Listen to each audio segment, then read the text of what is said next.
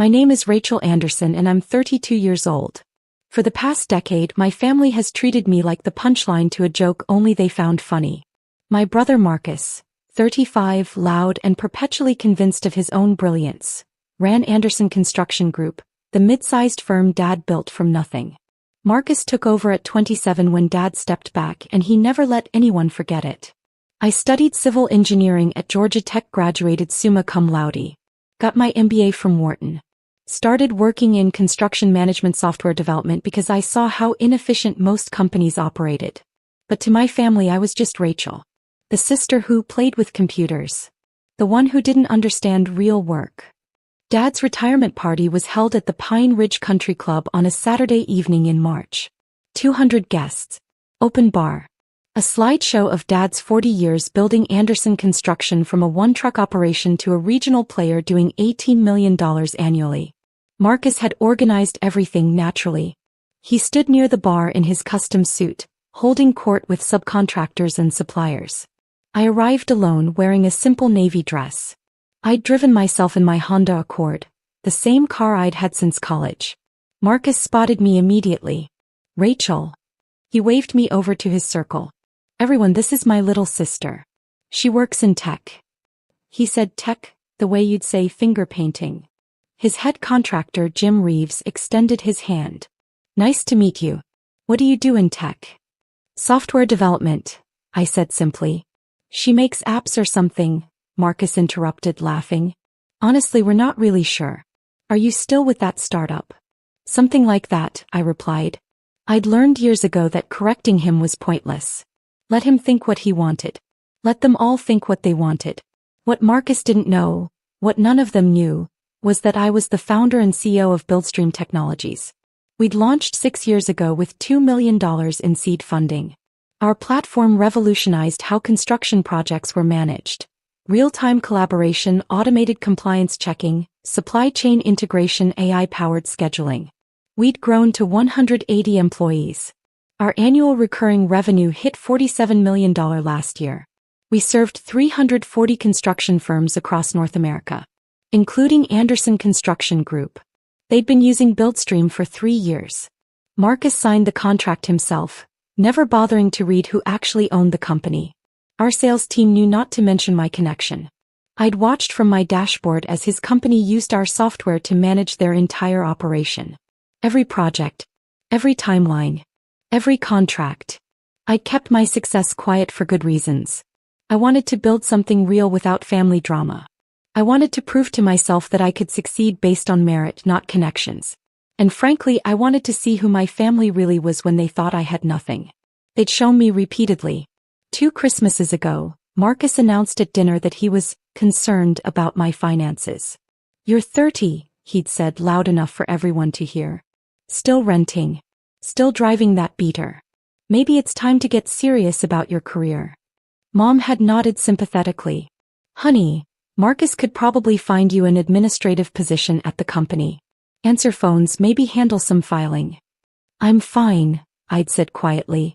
Pride won't pay your bills, Dad had added, not unkindly, but with that tone that suggested he'd given up expecting much from me.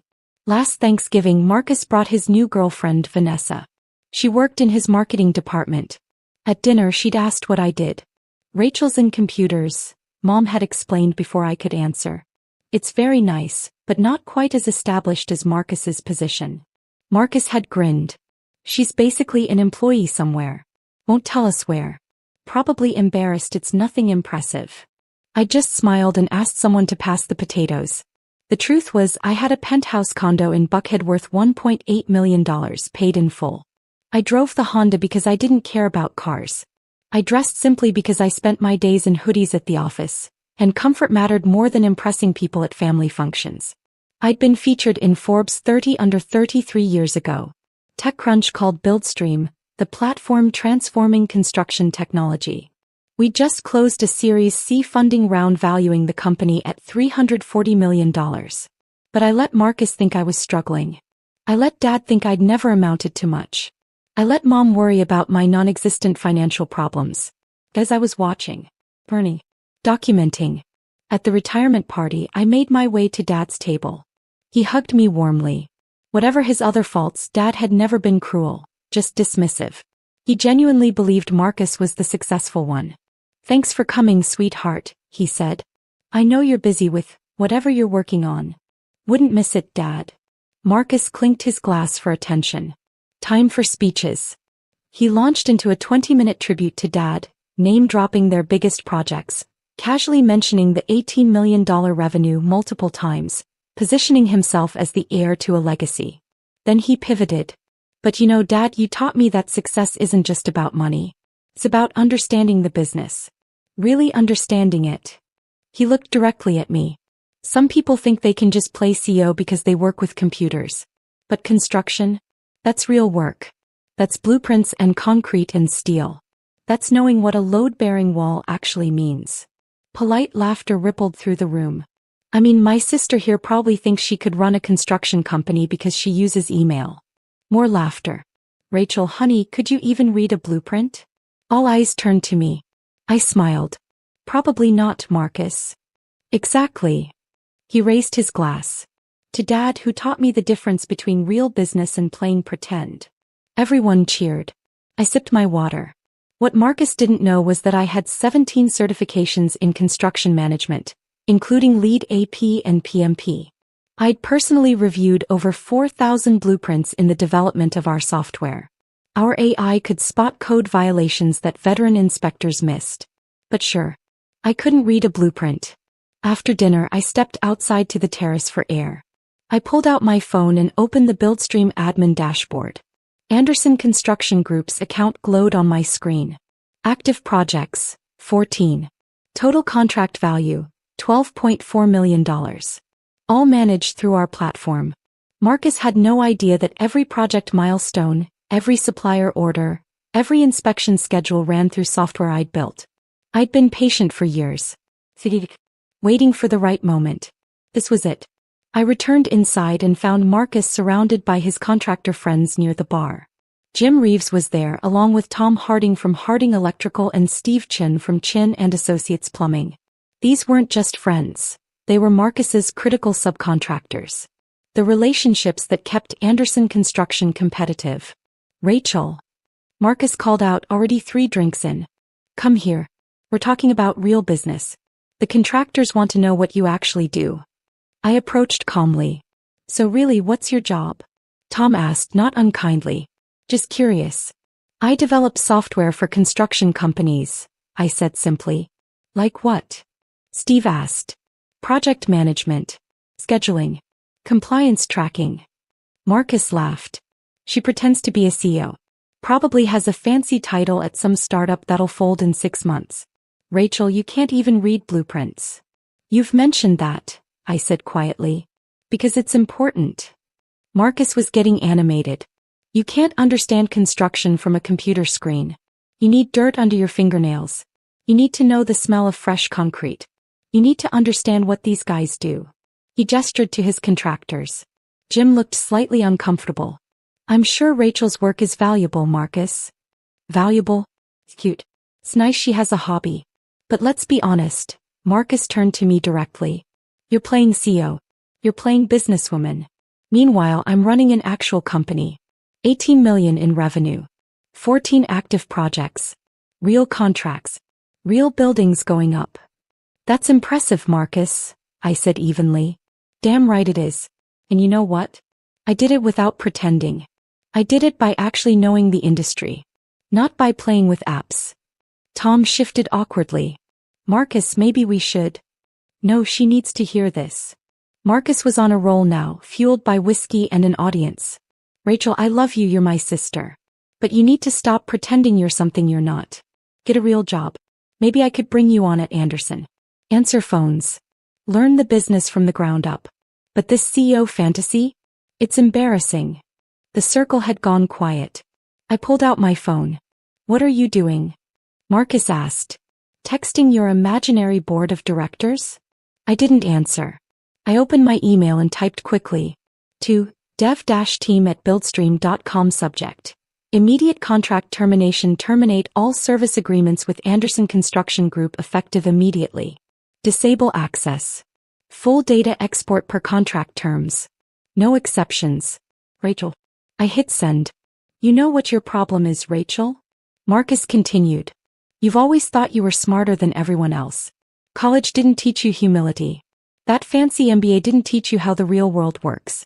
You need to accept your limitations. My phone buzzed. Response from RCO. Confirmed. Executing now. it.I 3 minutes. I looked up at Marcus. You're absolutely right. I should know my limitations. He seemed surprised by my agreement. Exactly. That's maturity. Another buzz. Our chief customer officer, Anderson Construction, terminated. Access revoked. Automated notifications sent to all their project stakeholders. Actually, Marcus, I do have a question, I said calmly. Sure, what? What software does Anderson Construction use for project management? He blinked. What? Why does that matter? Just curious. You're running 14 projects. You must use something to track everything. We use BuildStream, Jim Reeves volunteered. Great platform. We all use it for projects with Anderson. He gestured to Tom and Steve. Right, Marcus said dismissively. Some software. It's fine. Does what we need. Who do you think owns BuildStream? I asked quietly. Marcus frowned. What? I don't know. Some tech company. Why? My phone exploded with notifications. I glanced down. Marcus's project managers were getting alerts. Account disabled. Access denied.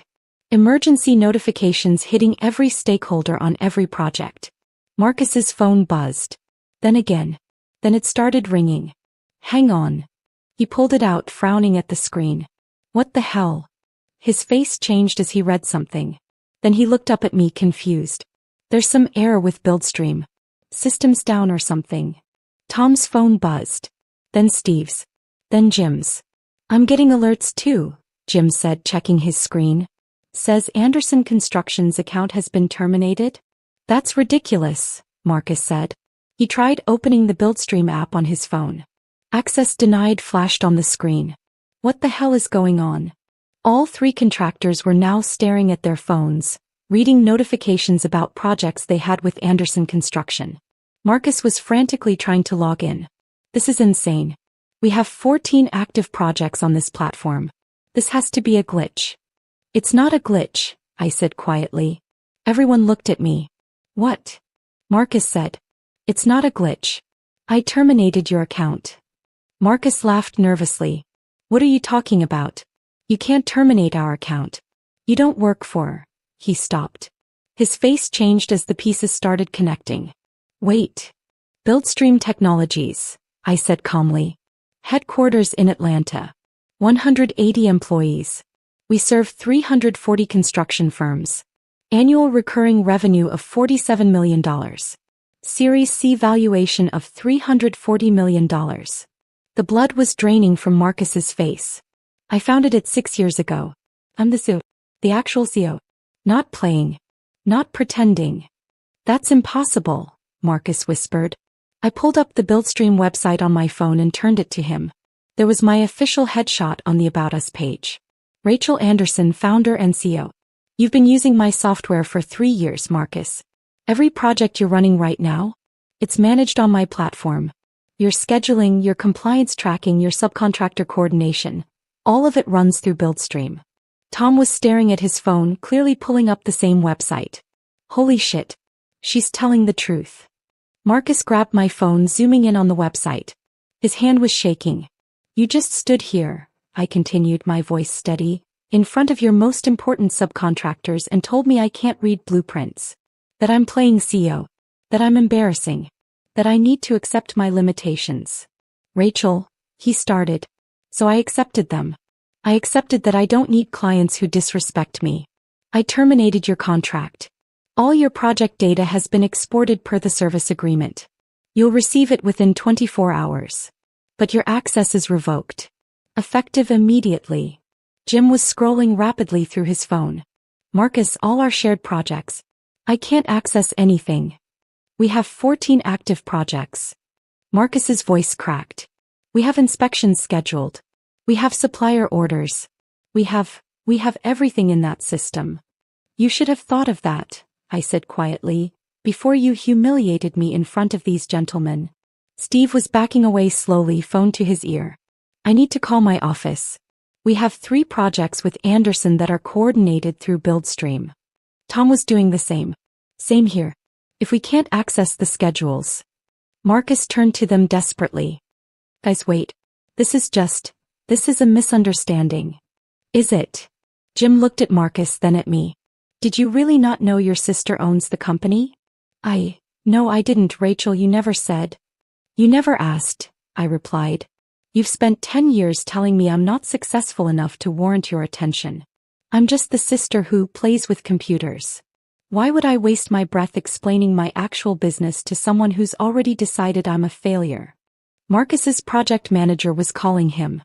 He answered, stepping away, his voice rising. What do you mean we're locked out? What do you mean the data's gone? No, it's not gone, it's just, call BuildStream support. I could hear the project manager's panicked voice through the phone. I tried. The automated system says our account was terminated by executive decision. Marcus spun back to me. Rachel, please. We can't just lose access like this. We have contracts. We have deadlines. You have 24 hours to transition to a new platform, I said calmly. Per the service agreement you signed. Section 12, paragraph 4. Either party may terminate with cause, defined as breach of professional conduct. You just publicly humiliated your vendor at a family event. That qualifies. This is insane. Marcus's voice was getting louder. People were starting to notice. You can't do this over a few comments. I absolutely can. And I did. Your account is terminated. Your firm is permanently banned from using BuildStream. Banned? Rachel, this will cost us $12.4 million in active contracts. I finished. I know. I can see your entire portfolio on my dashboard. Could see it. Past tense. Jim had stepped away and was now in an intense phone conversation. Tom and Steve had moved to the corner, clearly discussing how to handle their own projects. Marcus looked around desperately. Dad had noticed the commotion and was walking over. What's going on? Dad asked. Your daughter, Marcus said, his voice shaking, just shut down our entire project management system. 14 projects. Everything we're working on. Dad looked at me confused. Rachel, what's he talking about? I own BuildStream Technologies, Dad. The software company Anderson Construction uses. Marcus just spent the last 20 minutes telling everyone I'm playing CO and can't read blueprints. So I terminated his contract. Dad's face went blank. You own BuildStream? Yes. The company we pay $48,000 a year to? Yes. Well, you paid. Past tense. Marcus was frantically texting now. His phone kept buzzing with incoming messages. I could see the panic spreading across his face as the reality set in. You're seriously doing this? Marcus looked at me with something between fury and desperation. Over your ego? Over some jokes? No, I said quietly. I'm doing this because for 10 years, you've treated me like I'm worthless. You've dismissed everything I've accomplished. You've made me the punchline at every family gathering. And tonight you did it in front of your business partners, specifically to humiliate me. I didn't mean. Yes, you did. You meant every word. And now you're facing the consequences. Jim approached Marcus, his face grim. I'm sorry, man, but we can't continue our projects with you if you don't have access to the coordination platform. We need BuildStream to sync our electrical work with your general contracting. Without it, we're flying blind. We'll get a new platform. Marcus said desperately. We'll switch to something else. That takes weeks, Tom said, rejoining the group. Maybe months to get everything migrated and everyone trained. We have inspections in 3 days on the Riverside project. We have material deliveries scheduled. I know what we have. Marcus snapped. Then softer, I know. Steve shook his head. Marcus, I hate to do this, but I'm going to have to pull Chin and Associates from the Riverside and Brookhaven projects. We can't coordinate without the platform. Me too, Tom said quietly. I'm sorry. Guys, please. That's $4.2 million in contracts, Jim said, checking his phone. Just between the 3 of us. Marcus, I want to help, but I can't run projects blind. Marcus turned to me and for the first time I saw real fear in his eyes. Rachel, please, let's talk about this. Privately. No. I'll apologize. Publicly. Right now. In front of everyone. You'll apologize because you need something from me. Not because you're actually sorry. Not because you understand what you did wrong. Because your business is collapsing and you're desperate. His jaw clenched. What do you want? Nothing from you. I don't need anything from you, Marcus. That's what you never understood. I never needed your approval. I never needed your help. I never needed you to take me seriously. I built something anyway. So this is revenge. You're going to destroy Dad's company for revenge.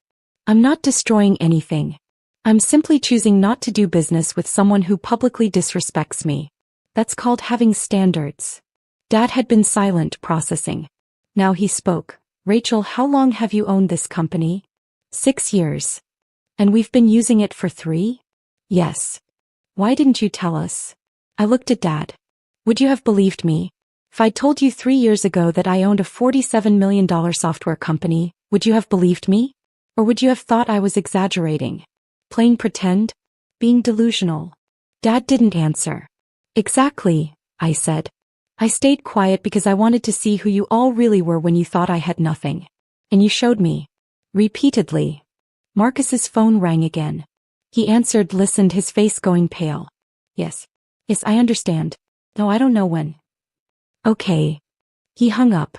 The Riverside project foreman. They need the inspection schedule from Buildstream. I can't access it. You'll receive a data export within 24 hours, I repeated. That's too late. The inspection is Tuesday. Then you should probably focus on solving that problem instead of arguing with me. Jim was still on his phone. He hung up and looked at Marcus with genuine sympathy. I'm getting pulled off all Anderson projects by my partners. They won't risk the liability without the coordination platform. I'm sorry, Marcus. I really am. One by one, the contractors made their excuses and left. Within 10 minutes, Marcus stood alone near the bar, his phone continuing to buzz with increasingly panicked messages. Dad approached me. Rachel, I don't understand. If you're this successful, why did you let us think? Think what, Dad? That I was a failure? You thought that on your own. I just didn't waste energy trying to convince you otherwise. That's not fair. Isn't it? When have you ever asked about my work? When have you ever shown interest in what I actually do? You've spent 10 years assuming I accomplished nothing because I didn't follow Marcus into construction. You decided I wasn't worth paying attention to. Dad's face tightened. You could have told me. I'm telling you now. I'm the CEO of a company valued at $340 million. I have 180 employees. I was in Forbes 30 under 30. I've revolutionized construction project management. And none of that mattered to you until 30 seconds ago when you realized it affects Marcus. That's not true. Dad, you literally suggested I take a filing job at Marcus's company. 2 Christmases ago. You thought I needed charity work answering phones. Does that sound like a father who believed in me? He had no answer. Marcus approached, his earlier bravado completely gone. Rachel, please. Can we talk? Just you and me. No. I'll do anything. Name your price. What do you want? Money? Equity in Anderson? I'll make you a partner. I don't want anything from a company that's about to lose $12.4 million in contracts. That's not finalized. We can recover. We can. You can't actually. Jim, Tom, and Steve just pulled their subcontracts. That's 30% of your active revenue. Without Buildstream, your remaining clients will start experiencing delays, missed inspections, supply chain breakdowns. Within 2 weeks, you'll be facing breach of contract lawsuits. Marcus's face was white. How do you know that? Because I designed the software. I know exactly how dependent your operation is on it. I know you have no backup system. I know your project managers don't even keep paper records anymore because Buildstream made everything so efficient. I know that without our platform, Anderson Construction will collapse in approximately 45 days. You're going to let that happen? I'm not letting anything happen. You created this situation. You decided to publicly humiliate someone whose service you depended on. That was your choice. I didn't know. And why didn't you know, Marcus? Because you never bothered to learn anything about me. You were so convinced I was beneath you that you didn't even read the name of the CEO on the software contract you signed. You just assumed I couldn't possibly be important enough to matter. He had no response. I need to go, I said. Congratulations on Dad's retirement. I walked toward the exit. Dad called after me, Rachel, wait. I didn't stop. Outside, I got in my Honda and sat for a moment. My phone was exploding with messages. My COO, are you serious about the Anderson termination? I typed back, completely serious. Enforce it. My chief legal officer, they're going to threaten to sue. Let them. We have cause. I'll provide documentation. I started the car and drove back to my condo in Buckhead. The penthouse I'd bought with my own money. The home they didn't know existed. By the time I got there, my email had 47 new messages. Most were from Buildstream employees confirming the termination and data export. 3 were from Marcus's project managers, desperately trying to negotiate access. 1 was from Marcus himself. Please call me. We need to talk. I deleted it. The next morning I woke to missed calls from Dad, Mom, and Marcus. I didn't return them. By Monday the industry gossip networks were buzzing. Word spread fast in Atlanta construction circles. Anderson Construction had lost access to their project management platform. Major subcontractors were pulling out. Projects were in chaos. My PR team fielded calls from construction trade publications. Is it true Buildstream terminated Anderson Construction? Our official statement: Buildstream Technologies maintains the right to terminate service agreements when professional standards are not met. We cannot comment on specific client situations. Tuesday afternoon I received an email from the Riverside project's owner. Due to Anderson Construction's inability to meet inspection schedules, we're terminating their contract and pursuing damages. Thank you for the referral to alternative contractors. Wednesday, 3 more of Marcus's clients terminated their contracts. The dominoes were falling exactly as I'd predicted. Thursday, Dad called my office. My assistant put him through. Rachel, please. We need to talk. I'm listening. Marcus's company is collapsing. He's going to lose everything. Yes. You're really going to let that happen? I'm not doing anything to him, Dad. He did this to himself. He made a mistake. He was drunk. He didn't mean. He meant every word. And more importantly, this wasn't one drunken night. This was 10 years of dismissiveness. 10 years of treating me like I was worthless. One incident was just the final straw. He's your brother. And I'm your daughter. Did you defend me when he was humiliating me? Did you tell him to stop? Or did you laugh along with everyone else? Silence. That's what I thought, I said. I need to go, Dad. I have a board meeting. Rachel, wait. I hung up.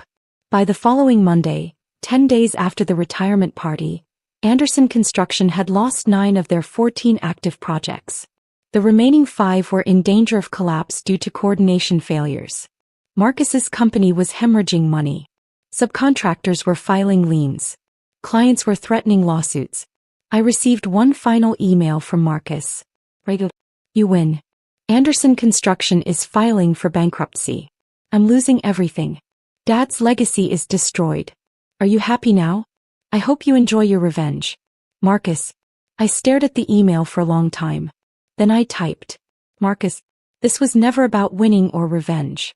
This was about consequences. For 10 years you treated me like I was nothing. You mocked my career. You dismissed my success. You made me the punchline at every family gathering. You did this because you thought I couldn't fight back. You thought I was powerless. You were wrong. I didn't destroy your company for revenge. I terminated a business relationship with someone who publicly disrespected me. That's not revenge. That's self-respect. The reason you're losing everything is because you built your entire operation on a platform you didn't understand, provided by a person you didn't respect. You never bothered to learn who owned the company. You never bothered to secure backup systems. You never bothered to treat your critical vendors with basic professional courtesy. This isn't happening to you because I'm cruel. It's happening because you were arrogant. You assumed your success was inevitable and permanent. You assumed the people you dismissed couldn't hurt you. You learned otherwise. I'm not going to restore your access. I'm not going to save your company. You're going to face the full consequences of your actions. Maybe that will teach you something. Or maybe you'll just blame me forever. Either way, I'm done caring. Rachel. I hit send and closed my laptop. 3 months later, Anderson Construction officially declared bankruptcy. Marcus lost the company. Dad's 40-year legacy ended. Family gatherings became tense, awkward affairs that I stopped attending. Mom called once to tell me I'd destroyed the family. I reminded her that I'd built a $340 million company while they'd assumed I was a failure, and maybe their perspective needed adjustment. Buildstream Technologies continued to grow. We signed 47 new clients in the quarter following the Anderson termination. Our revenue hit $52 million. We expanded into commercial real estate management. I promoted 3 employees who'd been with me since the beginning. I invested in chosen family, the people who'd believed in me when my actual family didn't. Sometimes I wonder if I did the right thing. If I should have warned Marcus. If I should have given him a second chance. Then I remember standing at that retirement party, listening to him tell a room full of people that I couldn't read blueprints. That I was playing CEO. That I was embarrassing. And I remember that I gave him 10 years of chances. 10 years of grace. 10 years of quiet success that he never bothered to notice. I didn't destroy Anderson Construction. Marcus destroyed it the moment he decided I wasn't worth his respect. I just stopped protecting him from the consequences. And I'd do it again.